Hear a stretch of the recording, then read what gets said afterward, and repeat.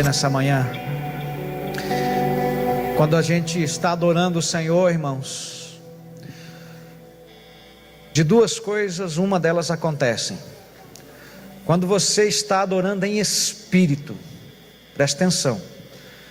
Como é que eu sei que eu estou adorando em espírito? Porque a Bíblia diz que Deus procura verdadeiros adoradores. Presta atenção nisso.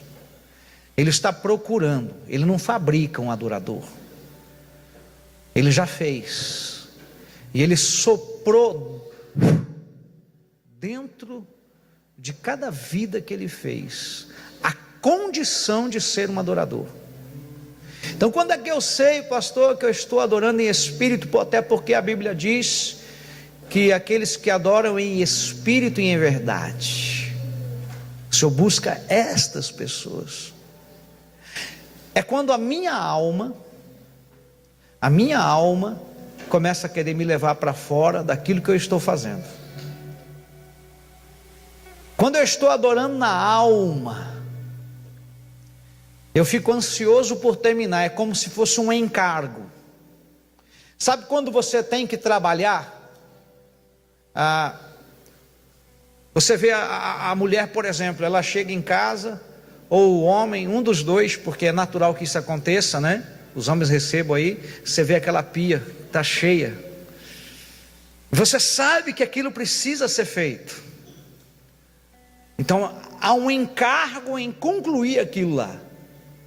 Você sabe que a casa está suja, há um encargo que precisa ser feito.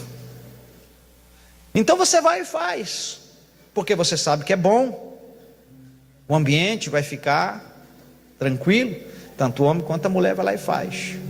Há uma necessidade. Quando eu canto para Deus na alma, é mais ou menos assim, um encargo. Eu canto, eu gosto de cantar para Deus, mas tem um limite. A alma, ela canta assim, 1, 2, 3 canções, tá bom já, eu já quero sentar, quero ficar quieto. Não vai começar a palavra logo não? Eu tenho mais o que fazer. No espírito, eu me entrego. Quando eu estou no espírito, e no espírito não é só cantar, no espírito é uma entrega. Quando você está no espírito, a tua alma fica te cutucando para você sair daquela condição rápido, porque você tem outras ocupações. O Senhor busca aqueles que sabem das ocupações, mas que o principal é estar na presença dEle. Essa manhã ela não é sua, ela é de Deus, amém? E eu não estou dizendo com isso que eu vou ficar aqui horas e horas falando. Não é isso que é adoração. Adoração é quando você compreende o seu lugar em Deus e você aproveita esse momento para se entregar. Onde eu quero chegar com isso, queridos? Que tudo isso é gerado em você pela fé. A fé e a incredulidade brigam dentro de você todos os dias. A alma e a carne, o espírito e a carne brigam dentro de você todos os dias. Gálatas capítulo 5, verso 16, diz exatamente isso, que há um confronto diário.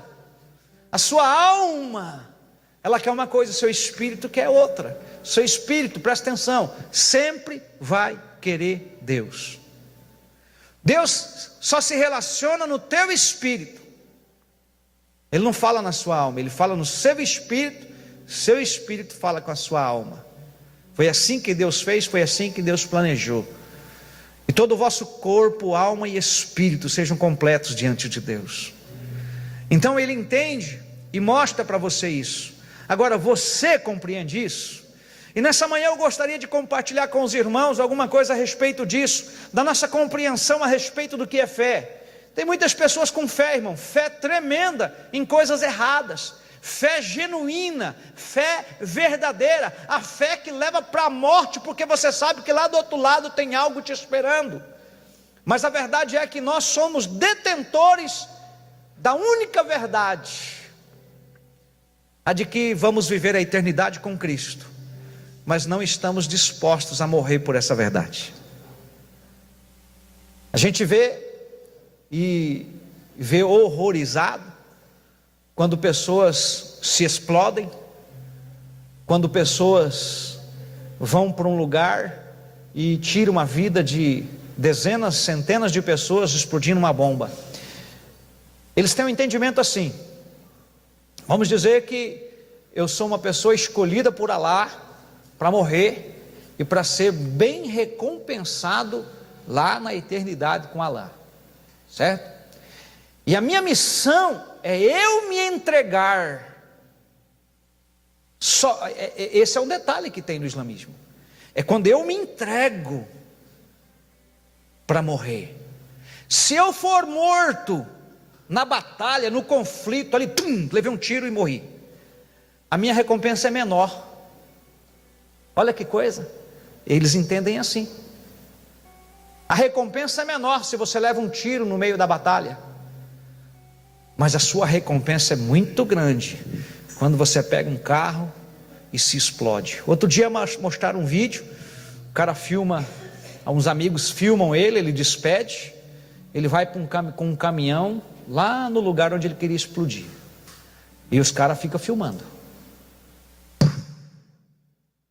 Explodiu, matou ele e mais um monte de gente. Alá seja louvado. Você crê nessa verdade que a Bíblia colocou no teu coração, que Deus colocou no teu coração? A diferença é que até onde nós estamos dispostos a ir por essa verdade. Às vezes nós não queremos acordar. Nós preferimos o que a terra pode dar do que aquilo que o céu pode dar. Esse conflito entre alma e espírito, entre fé e incredulidade, nós encontramos na Bíblia. Se você puder, abra a sua Bíblia em Hebreus capítulo 11, verso 3. Hebreus capítulo 11, verso 3. Como é que nós entendemos que aqui na nossa mente é travada essa batalha? Hebreus diz assim: pela fé entendemos que os mundos pela palavra de Deus foram criados, de maneira que aquilo que se vê não foi feito do que é aparente. Presta atenção, pela fé entendemos. O que o diabo não quer é que você entenda. O diabo não gosta que você entende, porque quando você entende quem é você, o único lugar no mundo espiritual que você pode dizer é para o diabo, é dar uma carteirada no diabo. Você sabe com quem você está falando, diabo? Você sabe quem eu sou, diabo, para você vir aqui me afrontar? Ele não vai deixar de vir, você que tem que saber quem é. Isso que eu estou descrevendo agora aconteceu no monte. Quando o diabo pega Jesus e leva para o monte, ele sabia quem era Jesus, mas ele queria plantar no coração de Deus, no coração de Jesus Cristo, a dúvida: se você é o Filho de Deus. É isso que Deus quer que você entenda, que você é filho e que você tem um lugar na eternidade com Ele, e que quando Ele mandou Jesus sobre a terra, para viver nessa terra e morrer nessa terra, foi por você. Quando Ele estava lá, Ele era unigênito Filho de Deus. Presta atenção, você lê na Bíblia, você encontra isso aqui, unigênito. Ele era único, o único filho que Deus tinha. Mas quando Ele veio e morreu por você, por mim, Ele se tornou primogênito, porque agora Ele tem muitos irmãos. Quem é irmão de Jesus aqui, dá glória a Deus? Agora Ele é o modelo, Ele é o padrão. É por isso que nós não estamos falando de formas, do cara, da forma, né? Gordinho, magrinho, negrinho, altinho, baixinho. Não é disso que eu estou falando, eu estou falando do interior. O maior intuito de Deus é que o seu interior se torne semelhante a Jesus, que você tenha o caráter de Jesus, e você precisa entender isso. E quando você entende isso, na dimensão que Jesus Cristo entendeu, aleluia, quando você compreende isso, o diabo vai te oferecer o poder do mundo, o diabo vai te oferecer a riqueza desse mundo, o diabo vai te oferecer muitas coisas, mas você vai continuar firmado no Senhor. É isso que a igreja precisa entender. Você não está sentado nessas cadeiras, ouvindo o que você está ouvindo, para entrar no ouvido e sair no outro. Você precisa compreender: eu sou filho de Deus. Ele me deu esse direito quando Jesus desceu para viver aqui nessa terra. E Jesus conquistou isso, a obra dele foi concluída. Aleluia! Foi concluída. Pela fé entendemos. Pela fé entendemos. Agora presta atenção, assim como Cristo, ele foi levado ao pináculo do templo, e ali Satanás ofereceu para ele, de acordo com as necessidades dele. A primeira oferenda de Satanás para Jesus, sabe qual foi? Ele estava com fome, um jejum de 40 dias. É natural que, humanamente falando, Jesus estivesse com fome. Satanás vem em cima da sua necessidade. Cuidado, cuidado. Nem sempre Deus supre a sua necessidade no momento que você quer. Cuidado, que é o diabo que está te oferecendo pão. Só que você, pelo Espírito, vai perceber. O diabo disse para ele assim: se você é o Filho de Deus, pega essas pedras e transforma em pães. E nesse momento, com fome, mas pelo Espírito, Jesus disse: nem só de pão viverá o homem. Ele sabia quem ele era. Ele não tem que provar nada para Satanás. Você precisa ter essa compreensão, porque Jesus não voltará para buscar simpatizantes da fé. Ele não voltará para buscar frequentadores das igrejas, das campanhas. Jesus voltará para buscar os filhos e as filhas que ele fez através de Jesus. Quantos podem dizer amém? É isso que ele vem buscar. Por isso você não é membro, você é discípulo, você é filho. A Veja chama você de membro, a Veja chama você de gospel, de evangélico. Mas o mundo precisa olhar para você e entender: ali vai um filho, ali vai um filho, ali vai uma filha.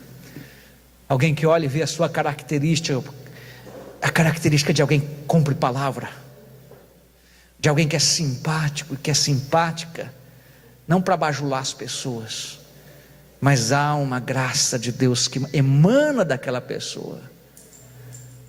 Quando você é semelhante a Jesus, é isso que acontece. Isso é a fé operando em você. Isto é a fé agindo em você. Agora presta atenção, existe a incredulidade.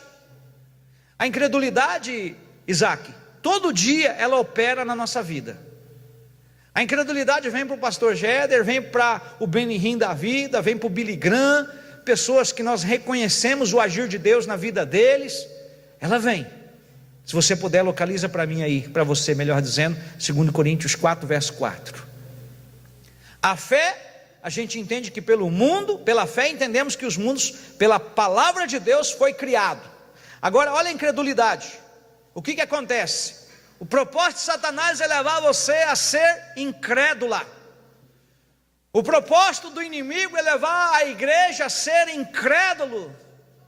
E 2 Coríntios 4, verso 4 diz: nos quais o Deus deste século cegou o entendimento dos incrédulos, para que não lhes resplandeça a luz do evangelho da glória de Cristo, que é a imagem de Deus.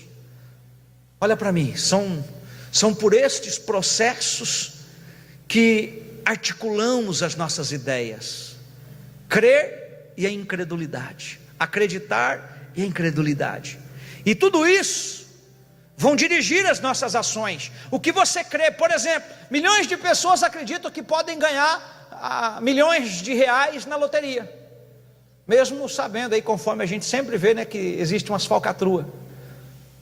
Aí você vê as lotéricas, né, aqui na esquina tem uma, eventualmente eu estou ali para fazer algum tipo de pagamento, então tem uma fila de 10 pessoas para fazer pagamento, você tem uma fila de 50 pessoas para fazer uma fezinha.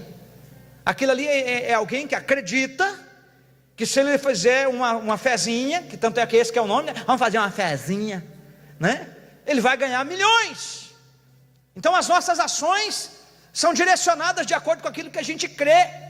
E a incredulidade opera para que nós não aceitemos o Senhor como Salvador da nossa vida, enquanto que a fé nos faz nos aproximar de Deus. É a fé que te leva para orar, é a fé que te leva para a igreja, é a fé que te leva a ler a Bíblia, é a fé que te leva a servir as pessoas. Embora muitas pessoas estão servindo pessoas sem ter fé em Deus. Fazer o bem é uma característica do ser humano, porém fazer o mal também. A maldade também está no ser humano. Tem muitas pessoas que eles não têm fé em Deus, mas eles têm fé que eles precisam ser bons. Tanto é que volta e meia você vê algum tipo de processo da ATEA, né, que é a Associação dos Ateus. Eles processam as igrejas, eles processam as entidades religiosas, porque alguém diz assim, por exemplo, outro dia um daqueles apresentadores falou assim, que uma violência lá foi cometida, isso aí é falta de Deus, se tivesse Deus não fazia isso. Eles foram lá e processaram o cara. Por quê? Porque no entendimento que ele passou para a televisão é que só quem tem Deus é capaz de fazer o bem, e que quem não tem Deus não faz o bem. Mas o ateu diz, nós fazemos o bem sem crer em Deus. Quem já viu isso que eu estou explicando aqui? Então é para você entender o que acontece. O diabo não quer que você entenda, mas a Bíblia diz que pela fé entendemos que pela palavra de Deus foi gerado. O fato de você estar aqui nessa manhã para ouvir, não significa que você está pronto. Quando é que significa que eu estou pronto? Quando você chega num momento como esse, em que Jesus estava em plena comunhão, ele era um com Deus, e Satanás faz as oferendas para ele, faz as propostas para ele, demonstra para ele o que ele poderia ganhar com aquilo, e aquilo que nós podemos ganhar, a possibilidade de poder ganhar nos instiga, a gente visualiza, a gente fala, uau, se eu ganhar isso, se eu fizer isso, uau, uau, e a gente articula isso aqui, ó, fica trabalhando aqui.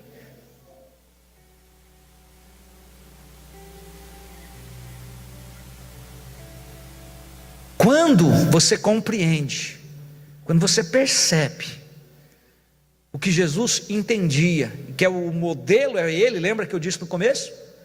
É nesse momento, querido, que você começa a vencer todas as propostas, porque enquanto você está correndo atrás, Cristo não está em você, mas quando a bênção começa a te alcançar, Cristo se manifesta em você. É o contrário. Então tem gente que começa a adorar, eu te louvo, eu te adoro, eu te busco, eu te exalto. Para ele isso é perca de tempo. Para ele esse entendimento não é hora do culto. Hora do culto é hora do culto. Aí lá, eu tenho hora para isso, das 6 da noite do domingo até no máximo às 8, quando o pastor coopera. Quando ele não coopera, misericórdia. Eu preciso compreender que quanto eu tenho mais tempo a sós com Deus na minha casa, aqui quando eu digo para você que quem faz o culto é você, que quem se entrega é você, que a fé opera em você, aí você começa a compreender isso, e você funciona na fé. Deus funciona através da sua vida, Deus funciona através de você. Você compreende que por maior e mais interessante que seja a proposta do inimigo, ela não vai te seduzir. Mas infelizmente o inimigo trabalha ainda, ele não mudou a estratégia dele, queridos. Ele continua trabalhando, oferecendo as mesmas coisas. Único lugar, a gente já disse isso aqui algumas vezes, e essa é uma palavra que está ecoando por todo lugar, por conta da teologia da prosperidade. O único lugar na Bíblia que a adoração recebe milhões, que a adoração recebe alguma coisa, é quando Satanás faz a proposta para Jesus: se você me adorar, tudo isso aqui eu vou te dar. A única coisa que Jesus prometeu para nós foi uma cruz, para a gente ser pregado nela. É quando você se entrega na cruz, quando você fala, não mais vivo eu, mas Cristo vive em mim, aí aquilo realmente acontece. Não porque você verbalizou, mas porque você se entregou. Essa fé, conforme Hebreus descreve, que precisa operar em você. O que é essa fé, pastor? Que as pessoas falam, fé em alguma coisa, fé numa imagem, fé em alguém, não. A fé de que nós estamos falando, a fé que vai colocar você na eternidade, a fé que te leva a viver os princípios estabelecidos por Deus, a viver dentro dos limites que Deus estabeleceu, é Hebreus 11:1, é o firme fundamento das coisas que se esperam e prova das coisas que não se vê. Eu estou esperando, eu estou aguardando a volta do meu Senhor. Ele virá a qualquer momento, Ele virá a qualquer instante. Você já parou para pensar que quando os céus escurecem, que quando vem uma tempestade, que quando vem alguma coisa, o que vem na cabeça dos crentes normalmente, principalmente dos desviados? Jesus vai voltar hoje. Já veio na cabeça de vocês ou só na minha quando estava desviado? É só na minha que vinha, né? Na de vocês quando fica tudo escuro, parece que o mundo está acabando, Jesus vai voltar hoje. É isso que eu pensava. Jesus vai voltar num dia e na hora que a gente não espera, seja um dia ensolarado, seja um dia como o dia de hoje, né? Será um momento que você não aguarda. A fé que você precisa entender é aquela que Jesus entendeu, que não importa a proposta, nada vai tirar você de Deus. Hoje uma das coisas que a pessoa mais corre atrás é dinheiro, sobreviver, ter coisas. Você não precisa se preocupar em ter, presta atenção, você precisa se preocupar em ser. Ser o que, pastor? Filho. Irmão, você já imaginou um filho, nasceu essa semana, foi notícia na internet, o dono do Facebook agora é pai. Quem ouviu falar? Pai de uma menina. E essa menina com 10 anos, ela começa: paizinho, o senhor me dá dinheiro para comprar uma bonequinha? Ela só custa $11,99. Será que essa menina vai ser assim? Será que o pai dela, ela precisa ter algum tipo de cuidado para falar com esse pai, no sentido de, se ela falar isso é porque ela não entendeu que ela é filha. Você sabe de quem você é filha? Você sabe? Você precisa compreender de quem você é filho. Jesus sabia de quem ele era filho. Você que concorda que é irmão de Jesus precisa saber que você tem um pai muito, muito rico. Estou vendo a Gabi rir aqui. Quando tem a marcha para Jesus aqui, ou em algum evento que eu estou, e ela quer ter acesso ao palco, ela chega: eu sou filha do pastor Jéder. Aí as pessoas abrem a porta para ela passar, né? Aí ela, né, tem um monte de gente querendo subir lá, e ela pega e fala isso. Ela se aproveitou da oportunidade. Eu que tenho que barrar ela, né? Fica embaixo, senão você vai me arrumar confusão. Né? Você sabe de quem você é filho? Eu sou filho de um Deus amoroso. E o maior intuito de Deus é que você seja abençoado. O Juan já aprendeu esse caminho. Eu creio que você precisa aprender também. Ele olha um negócio, ele fica sonhando com aquilo. Eu e a mãe dele, a gente vai se esforçar para dar. Um filho que se comporta como filho, presta atenção, sempre vai ser honrado pelos pais. Não estou dizendo que eles são perfeitos, porque filhos imperfeitos não deixam de ser filhos. Eles erram com você, mas você continua amando. Não merece, mas vai receber porque é filho. Sim ou não? Se você, com essa natureza pecaminosa que nós temos, somos capazes de amar um filho dessa maneira, quanto mais Deus, Júnior, quanto mais o Senhor, irmã Jânia, quanto mais o Senhor. Agora, quando eu não compreendo isso, eu vou ficar me lamuriando, eu vou ficar me lamentando, porque meu pai biológico não me supriu, meu pai biológico me abandonou, meu pai biológico me bateu, meu pai biológico me atacou, meu pai biológico não me atendeu. O grande problema de muitos homens e mulheres é justamente esse: por não ter um relacionamento com um pai biológico, eles não conseguem ter um relacionamento com Deus. Mas quando eles descobrem o relacionamento com Deus, eles conseguem perdoar o pai biológico. Eles vão entender que o pai biológico foi uma vítima da própria ignorância. Ignorância significa treva. Um homem sem Deus, uma mulher sem Deus, ele está na ignorância espiritual. Ele não consegue compreender isso. Passa os anos, o filho e a filha recebem Jesus como Senhor e Salvador, se torna filho, se torna filha, e o que acontece? Ele consegue ir lá e falar para o pai, e mostrar para o pai. O amor de Deus se manifesta através de um filho. O amor de Deus se manifesta através da filha. Nessa manhã, que você possa ter essa compreensão, que essa fé que você tem, dentro de você opera também a ação da incredulidade. Agora, quem vai ter sucesso, quem vai ter êxito? A pessoa que crê, ela vai por um caminho. Vamos por aqui que eu sei por onde eu estou indo. Mas já viu gente que não sabe para onde está indo? Você não sabe para onde eles estão indo. Ele não sabe para onde está indo. Ninguém segue uma pessoa que não sabe para onde está indo. Na verdade tem os loucos, né?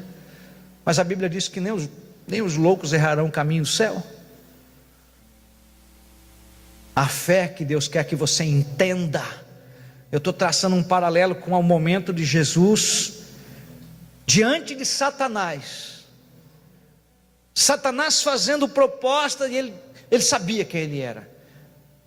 É inevitável surgir a pergunta, Valdir: você sabe quem é você? Você sabe quem é você, filho? Eu sei, pastor. Então que a sua fé seja uma fé inabalável. Não duvide de quem você é.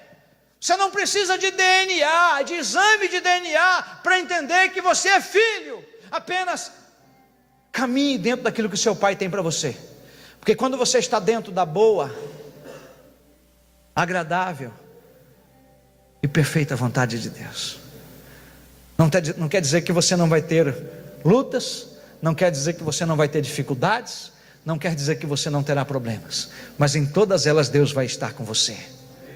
Quando eu compreendo que eu sou filho, eu não tenho medo do que o mundo pode me fazer, eu não tenho medo daqueles que podem lançar minha vida numa cova, porque a minha alma já está com o Senhor. Quem está nessa terra vivendo com Cristo, ele já vive a eternidade. Porque olha, presta atenção, irmãos, todos vocês aqui, presta atenção, nós vamos viver eternamente, com Deus ou com o diabo. Todos vão viver eternamente aqui, não tem conversa. Não, eu quero que acabe tudo. Eu não quero nem com Deus nem com o diabo, eu quero que acabe tudo. Para ilustrar isso, me lembro de uma anedota que alguém contou de um homem muito mau, que viveu a sua vida entre o crer e o não crer, de acordo com a circunstância. E ele está lá no leito de morte. Aí chamam lá um pastor, o pastor vem, recebe Jesus como teu Senhor, você precisa receber. Ele, não. E aí chamam o padre, aí vem o padre: você precisa receber com a ajuda de Nossa Senhora, você tem que receber, a Nossa Senhora vai interceder por você e tal. Ele, não. Aí o padre e o pastor perguntam: mas por que você não quer Jesus? Não quer? Não, eu não sei para onde eu vou, não vou fazer paz com ninguém por enquanto, eu só quero conversar para onde eu vou, porque se eu for para o inferno eu tenho que ter conversa com o diabo. Tem gente que acha que vai poder ter uma conta com o diabo lá embaixo, ou escolher se é com Jesus que ele vai estar. Que tipo de fé opera em você? A fé que te leva para a cruz? Ou aquela fé que te limita? Porque o que eu tenho visto é que uma igreja que ela age em Deus, ela não tem problema para ir para a oração, ela não tem problema para ir para a palavra, ela não tem problema em submeter-se à palavra. Quando colocaram para Daniel: olha, todos do reino vão ser punidos quando for estabelecida uma lei que ninguém pode fazer petição a outro Deus. Quando Daniel ficou sabendo disso, ele foi orar normalmente, como sempre fazia. Muito, se isso acontecer hoje como forma de lei, uma nação como a Coreia do Norte, que é comunista, se isso acontecer, essas pessoas vão sucumbir, irmãos. Eu vou até o fim, quando eu entendo que eu sou filho, e um filho, o pai sempre vai levar com ele. Uma filha sempre vai levar. Já tem alguns anos que eu estou pastoreando aqui em Dourados, desde 2001. Como tem gente que está longe de Deus, irmãos. Alguns estão presos, gente que falou comigo, gente que eu batizei, e assim, gente que outros pastores estão presos, foram assassinados, mataram, casamento acabou, alguns estão na droga, alguns estão no alcoolismo, gente que um dia veio para a igreja. Eu preciso compreender que Deus não deixa de me amar porque eu erro. Ele só quer que eu me arrependa e volte. O maior exemplo disso é quando o filho pródigo volta. Deus não tem problema com você quando você erra, assim como eu não tenho problema quando meu filho erra, quando a minha filha erra. Vai receber o castigo conveniente para a ocasião, vai receber o tratamento da situação, mas vai continuar sendo filho. Por que eu falo isso? Porque na Bíblia está escrito que Deus corrige o filho que ama. Porém, se estás sem correção, és bastardo. Então nessa manhã, ao sair daqui, ao vir participar da ceia, o que você precisa compreender é que a incredulidade, ela fica agindo para você desistir todos os dias. A incredulidade te dá motivos todos os dias. Agora, onde está a origem da incredulidade? No entendimento, melhor dizendo, na falta de entendimento. Satanás cegou o entendimento das pessoas para que elas não creiam. Eles acham legal, eles acham bonito, acham emocionante a música gospel, mas estão enganados. Eles acham bonito a pregação evangélica, mas vivem no engano, porque não querem se entregar. Você se entregou, você conseguiu, você se posicionou, você se levantou, você serve a Deus em um ambiente onde as pessoas que estão ali são imperfeitas como você, tem perfeições como você, tem defeitos como você, tem qualidades como você, mas todos estão buscando a vida eterna pela fé. Fé é ir e agir de acordo com a palavra em nós. Agora, não de acordo com a circunstância. Eu preciso crer nisso todos os dias, porque todos os dias eu tenho motivo para crer, mas todos os dias eu tenho motivo para ser um incrédulo. Uma razão para ser incrédulo: aquilo que eu queria tanto, aquilo que eu pedi tanto não aconteceu. Às vezes a cura de alguém, às vezes a salvação de alguém não aconteceu no momento que eu queria. Isso já é motivo para a alma dizer: está vendo, você não foi ouvido. O fato de estar tudo descontrolado não significa que Deus não está no controle. Ele continua no controle, porque senão estaria pior. Estaria pior. Deus não te levantou, não levantou esse lugar, não levantou essa igreja, não levantou você para ser alguém inútil. A fé que opera em você faz de você uma pessoa útil para Deus. A fé que age em você e através de você muda a vida das pessoas. Estava em casa ontem, não melhor, sexta-feira, 11h30 da manhã, planejando ir almoçar aqui na frente, porque eu almoço aqui na frente quando eu passo o dia aqui na igreja. Toca meu telefone. Eu vi que era um pastor de uma igreja aqui na cidade. Quando eu falei: e homem de Deus, tudo bem? O pastor Jéder, e entrou no pranto, chorando. E eu escutei ele chorar por uns 15 segundos, mais ou menos. Falei: está difícil? Ele: tá. Eu não tenho um pastor.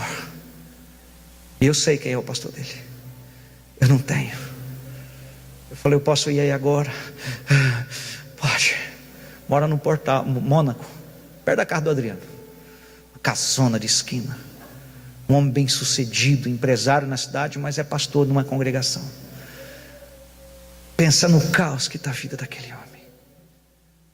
A religião que ele sempre acreditou está apedrejando ele hoje. Quando eu digo para vocês que religião apedreja, é disso que eu estou falando. Um homem com um caráter incrível.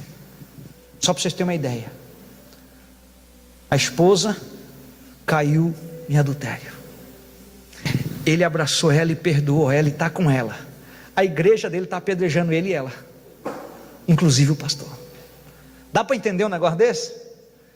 Na religião é assim. Em vez de proteger os dois,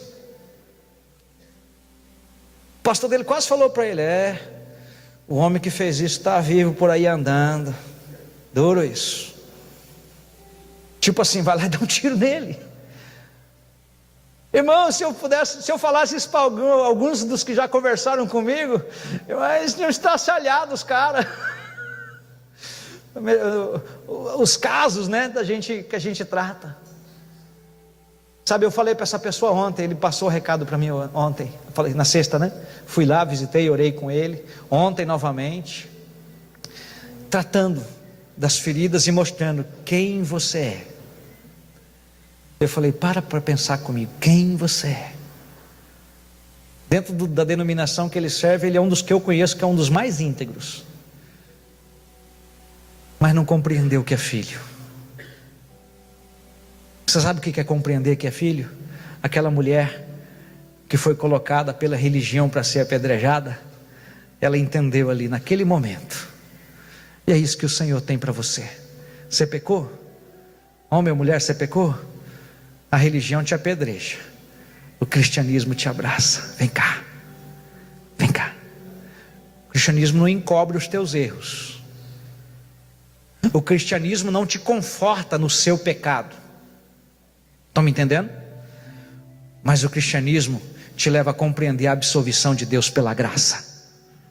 Quantos estão me entendendo, irmãos? Então não carregue esse fardo de pecado, de erros sucessivos. Entra ano e sai ano. Estamos terminando o mês, terminamos em novembro, já estamos em dezembro. 2015 acabou praticamente. Muitos que já estão planejando projetos, já não planejam mais para esse final de ano, já estão fazendo projetos para o ano que vem. E você, quem sabe, olha para a sua vida. Quantos livros você leu que te levou para mais perto de Deus? Seu relacionamento conjugal te levou para perto de Deus ou te distanciou de Deus? Sua vida profissional te levou para perto de Deus ou te afastou de Deus? Seu cansaço, seu ativismo, tudo isso opera em você, irmão, pela fé ou pela incredulidade. Incredulidade: quando eu não creio, eu não vou, eu não acredito nisso, eu não vou nisso, eu não me importo com isso. Fé: eu acredito, eu vou para o quarto da oração, eu vou me dobrar e eu vou contar para Deus tudo o que está acontecendo na minha vida. O problema é que a gente conta para Lu, conta para o Valdir, conta para o Jonatas, conta, mas não conta para Ele que é Pai. Se a Gabriela contar para alguém que está passando fome, eu vou ficar arrasado. Como que você não fala isso com o seu pai? Porque eu tenho entendimento que ela sabe comer sozinha, irmã, e sabe comer bem, né? Ela abre a geladeira, ela abre o armário, ela sabe o que tem, se não tem ela mesma faz. Se ela chega aqui e está com fome, ela fala: eu estou com fome, me dá dinheiro.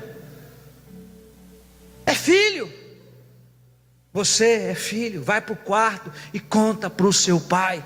Problema conjugal, problema familiar, problema financeiro, está tudo difícil. Deus, eu errei, eu estava no restaurante, trabalhando no restaurante, eu e a Silmara, nosso restaurante endividado, irmãos, aluguel para pagar. Meu Deus, eu falo: Deus, eu fiz conta e não entra o dinheiro, eu peço perdão pela maneira que eu administrei esse negócio aqui, mas me tira dessa porque eu não aguento mais. Deus mudou a minha história naquela ocasião, resolveu o meu problema, resolveu. Coisas tão simples no dia a dia, as dores que as pessoas trazem para mim, eu absorvo elas, eu não posso absorver elas. Eu posso resolver algumas coisas difíceis, mas impossível é só Deus. E tem gente que às vezes acha que eu sou Deus e fica bravo porque eu não dei conta. Eu falei: eu não sou Deus não. E às vezes a coisa difícil desgasta, eu tenho que ir para o Senhor e dizer: eu estou exausto. Esses dias eu cheguei num ambiente, eu não sei se você já percebeu isso. Você já abraçou alguém e esse alguém roubou de você alguma coisa? Quando eu digo coisa, não estou falando de uma coisa material, parece que suga de você assim. Quem já percebeu isso que eu estou explicando aqui? Irmãos, isso acontece muito comigo. Eu abraço a pessoa assim, eu sinto que ela vai me... quase que eu... ai meu Deus do céu, eu vou cair. Parece que ela... tanta coisa negativa, não é? Na verdade é Deus. Ela te puxa porque ela sabe que aquilo é bom. A gente vê isso em filme, né? Quando suga. Mas e quando você abraça alguém que Você tem e ela tem. Você já percebeu que não te falta nada, mas que é tão bom? Quem já abraçou alguém que tem, de Deus, a outra pessoa tem Deus, você abraça, fala, uau, o que é isso? Quem já sentiu o que eu estou explicando aqui? É isso que eu quero que você entenda. Quando você é filho de Deus, enquanto outro filho de Deus, ninguém rouba nada de ninguém, porque quem tem Jesus, quanto mais de Jesus você dá, mais de Jesus você tem, mais do Espírito Santo você tem. Então quando eu entrego para alguém ali, eu falo, tá bom Deus. A pessoa suga, às vezes suga 1, 2, 3, 4 horas do meu tempo, às vezes 10 horas durante uma semana, e eu atendo, e quando ela fica finalmente bem, ela sai falando mal de você. Ela sai falando mal de você. Fica tranquilo, dá de oferta para Deus, viu? Dá de oferta para Deus, porque a ingratidão opera nas pessoas. Por isso que a Bíblia diz, faça o bem sem olhar a quem, que a tua mão esquerda não veja o que a tua direita está fazendo. É porque você precisa entender que isso é uma oferta. Isso é uma oferta que você vai dar. É a fé como filho de Deus que você tem, que age em você, possa te levar a ter uma vida cada vez mais íntegra diante de Deus. Que essa fé, querido, olha para mim por favor, que essa fé, você não tenha dúvida, como eu estava falando aqui a respeito de Daniel, que ele foi para o quarto orar, mesmo sabendo que poderia morrer. Lembra de Sadraque, Mesaque e Abdenego? Foi mesmo sabendo. Lembra de Davi? Foi para enfrentar. Quem que era o gigante, irmão, naquela situação? Quem que era o gigante? O grandão lá, pastor. Não, o gigante ali era Davi. Por que Davi era grande? Porque Davi era aquele que adorava enquanto cuidava das ovelhas do pai, enquanto ele servia numa coisa simples. Como que eu faço isso aqui para tentar você entender na igreja? Você está passando um pano aqui, ó, e você está fazendo uma coisa que é tão simples, mas que tem gente que é incapaz de fazer. Você está lá lavando a louça para sua esposa, aleluia. Você está ajudando ela a fazer algum serviço. Eu falo isso porque isso mexe diretamente comigo. Eu não fazia. Os meus filhos sabem que eu não fazia, mas hoje eu faço, e eu faço como oferta a Deus, e vejo ela feliz. Não faz, filha? É isso que Deus quer que você compreenda, que nas coisas simples Ele também está. Amém? Nas coisas simples. Me lembro de um dia que eu chamei o Pedro para ir comer um churrasco comigo. Ele bateu uma foto da pia e mandou para mim, vai ir para a piscina, né, comigo. Ele mandou a foto da pia. A Tati vai chegar, eu quero que esteja tudo limpo.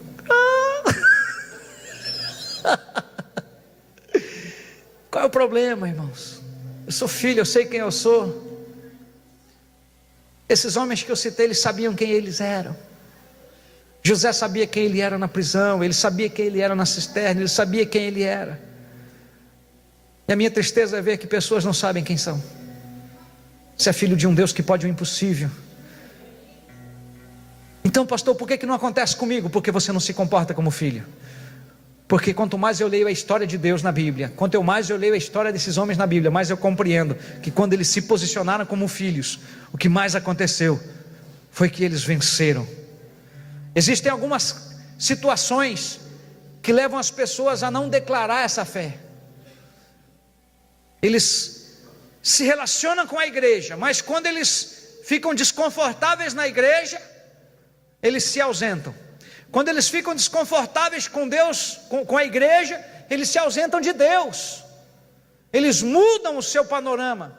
E uma das coisas que faz com que as pessoas não confessem a fé, não declarem a fé, não exerçam a identidade que eles têm, que é de ser de Deus, um dos textos é esse aqui, João 12:42. Ainda assim, muitos líderes dos judeus creram nele, mas por causa dos fariseus, não confessavam a sua fé, com medo de serem expulsos da sinagoga. Questão social, ambiente de trabalho, impede pessoas de serem filhos de Deus. Você tem vergonha de seu pai por acaso? Mas por causa das pessoas, talvez você não tenha sido e não tenha vivido como filho. Você não tem conseguido compreender isso. Se as pessoas estão te impedindo de falar, olha para mim, irmãos, se as pessoas estão te impedindo de ser filho de Deus, talvez porque você tem vergonha. O seu trabalho, aquilo que você faz para viver, você faz como filho de Deus, ou faz como, não, vida cristã é uma coisa, vida secular é outra. Dá para entender isso? Eu sou marido da Silmara aqui em Dourados. Quando eu estou fora de Dourados, eu tiro essa aliança. Eu não sou marido da Silmara. Dá para ser assim? Por que as pessoas acham que dá para ser assim com Deus? Quando eu estou no meu trabalho, quando eu estou no futebol. Já viu o crente jogando bola? Tem o crente e tem o religioso jogando. O religioso fica numa ira jogando bola, que é um negócio muito doido. Xinga, sai palavrão, né? Não estou falando do seu não, mas eu estou falando ele que se entregou. Eu nem estava lá. Vamos brincar, é uma brincadeira e sai palavrão, sai xingamento. Dos nossos aqui eu já fiquei sabendo também. Então, irmãos, esse ambiente, as pessoas, eles precisam ver Jesus na sua vida. E por conta de pessoas eu não manifesto. E essas pessoas neutralizam a nossa fé. A gente sofre pressão de amigos muitas vezes por causa de situações. Eu sou um cristão, mas na hora de se comportar como um cristão, não se comporta. Por causa da posição social, por causa do lugar, eu não manifesto a minha fé. Todo mundo tem que saber em todo lugar que onde eu chego, eu sou pastor, sou marido da Silmara, sou pai do Juan e da Gabriele. Às vezes nós não sabemos por quê, irmãos, que temos vergonha das pessoas. Mas tem gente que tem vergonha das marcas de Cristo. Mas quando eu leio, meu pai falou isso para mim, eu tinha vergonha de ser crente. Dia nos ambientes que eu ia, com as gatinhas, com os gatinhos. E eu lembro que meu pai mostrou para mim um texto bíblico. Aquele que se envergonhar de mim diante dos homens, eu me envergonharei dele diante do meu Pai que está nos céus. Você tem vergonha de Deus, por isso que você não consegue viver a sua fé lá no seu trabalho.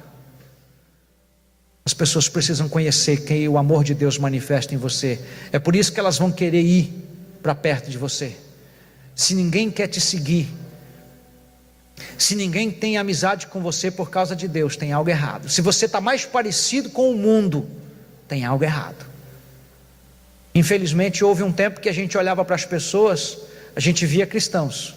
Hoje a gente não sabe definir. Você vai no evento social agora, tem até boate gospel. Tush, tush, tush, tush. Igrejas estão montando boates para manter os jovens dentro. É só não servir bebida alcoólica, já é uma boate evangélica.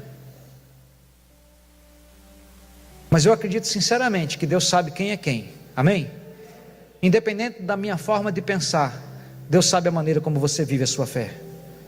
Deus sabe a maneira como você mostra o teu cristianismo. Eu quero concluir mostrando para você que Jesus deixou escrito assim: se alguém quiser vir após mim, negue-se a si mesmo, tome cada dia a sua cruz e siga-me. Eu entendo que se seguir Jesus é abrir mão dos prazeres desse mundo, abrir mão de satisfazer a minha carne. Eu vou entender isso pela minha fé. Eu preciso compreender isso. Eu preciso entender que ser igreja me faz diferente nessa cidade.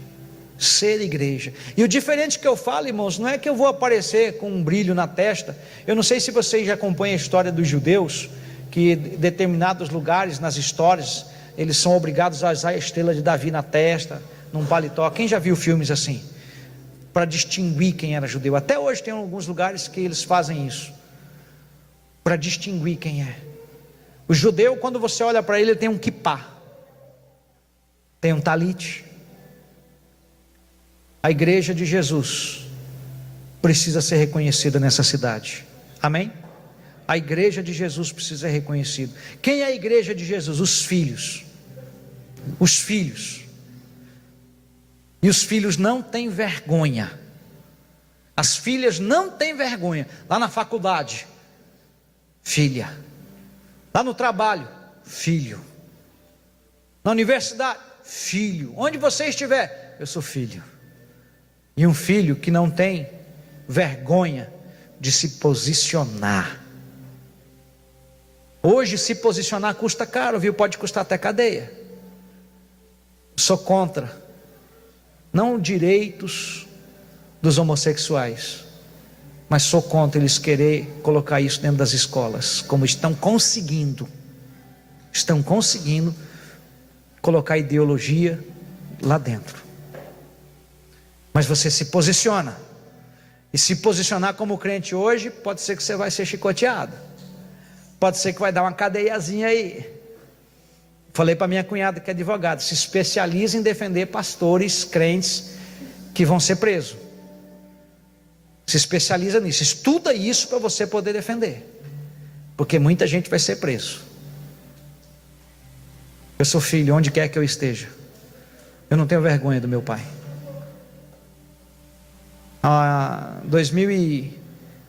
2004, 2003, 2004 ali, eu me lembro que numa situação de conversa com meu pai, ele falando umas coisas para mim, eu me lembro que eu ajoelhei, abracei os pés dele assim, e falei: eu vou honrar o sobrenome Martimiano, que é o nome dele. O senhor não vai ter vergonha de falar que o senhor é meu pai. E hoje ele fala isso, que ele escuta as pessoas dizendo que conheceram o Géder, conheceram o Fábio, meu irmão, e as pessoas falam: Jesus não tem vergonha de ser seu irmão, Deus não tem vergonha de ser seu pai.